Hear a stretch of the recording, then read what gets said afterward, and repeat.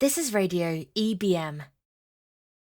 Well, I described how it all began for me more than a year ago.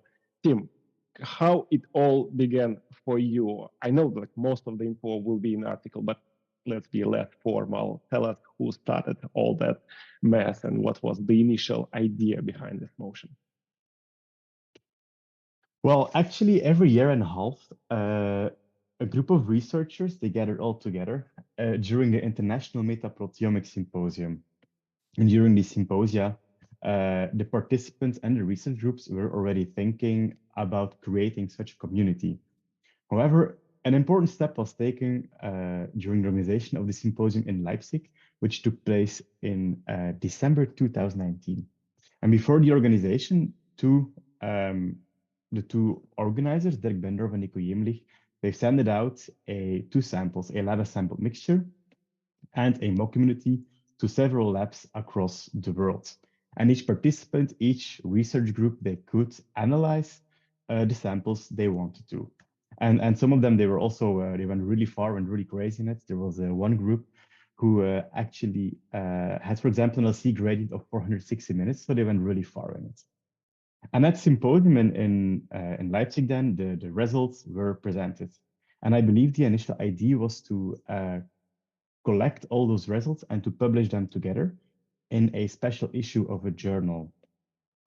However, in July 2020, I was doing my research day at the Robert Koch Institute, where I was talking to my co-supervisor of my PhD thesis, Thilo Mutt, about the project. And I was asking, hey, Thilo, so what actually happened with those files, like with the data? And then he made a few calls to Dirk and to Nico. And he asked, like, yeah, what are the plans? What are you going to do with it? And they didn't really have big plans with it. So we were allowed to get the data and to analyze them. I have to say I was in Berlin for another project. But I thought like, okay, you know what, a small side project, why not? That small side project actually became super big. And I asked other researchers. I would like to name a few. So Benoit Kunnat, Kai Schaller, Stephanie Schepe, they're the shared first authors of that paper. We actually went looking at the data, and with the help and advice of a lot of senior researchers in the field, thinking of Bob Hattie, Sharma Go, Manuel Kleiner, Pratik Jagtap, who I've also seen being here online. Yes, I see he's there. And with many others, actually, we really pushed the manuscript over the finish line, and it got published in the end with about 45 cool authors on there. And let's be honest about this, it would be a bit of a shame if all those efforts of gathering such a large group of metaproteomics researchers all across the world, if that efforts would go lost after having published that one manuscript, that one paper. It's, by the way, called the CAMPI project. If you want to Google it, Critical Assessments of Metaproteome Investigation.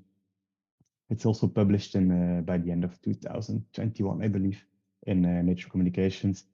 So, but having that manuscript and ready and published, it would be a shame to lose all those people on there. And yeah, we sat together with a few people and we launched the initiative. And since February 2021, we're also active under the EUPA umbrella, the European Proteomics Association, which also supports us financially. But since then, the initiative has been growing and growing quite fast and quite well. So the rest of the Metaproteomics initiative team is very, very happy about this. This episode was recorded as a part of MSACL Connect podcasts. Click the link below for the full interview with the team. Like, subscribe, and don't miss the next video.